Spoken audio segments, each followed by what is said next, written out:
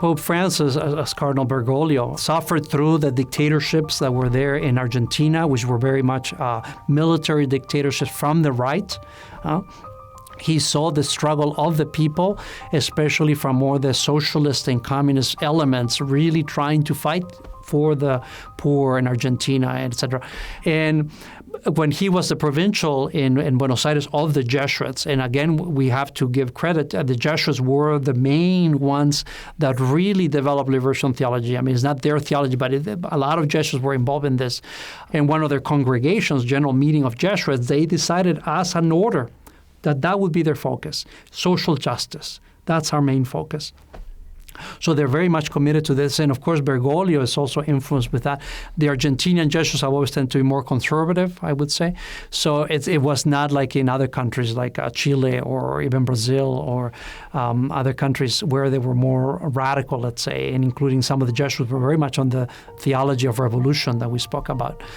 Bergoglio did have as his members fellow Jesuits who were kind of part of this. The only way to change societies is through revolution, through armed conflict.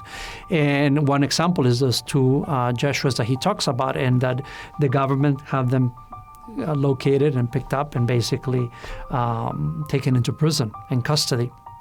And they pleaded with him to support them, to really support their struggle. And he very definitely said no.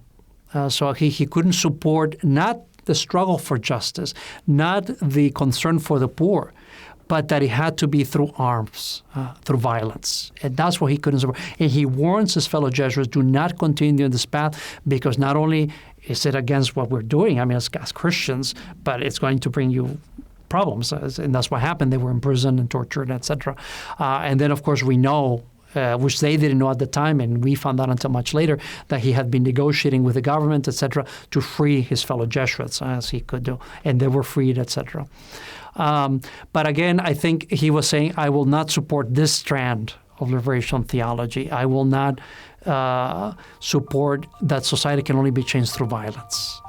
But again, do not, he says the majority of the world, that's their biggest issue, poverty, injustice, etc. And we really need to look at this. And I think that's what he's doing.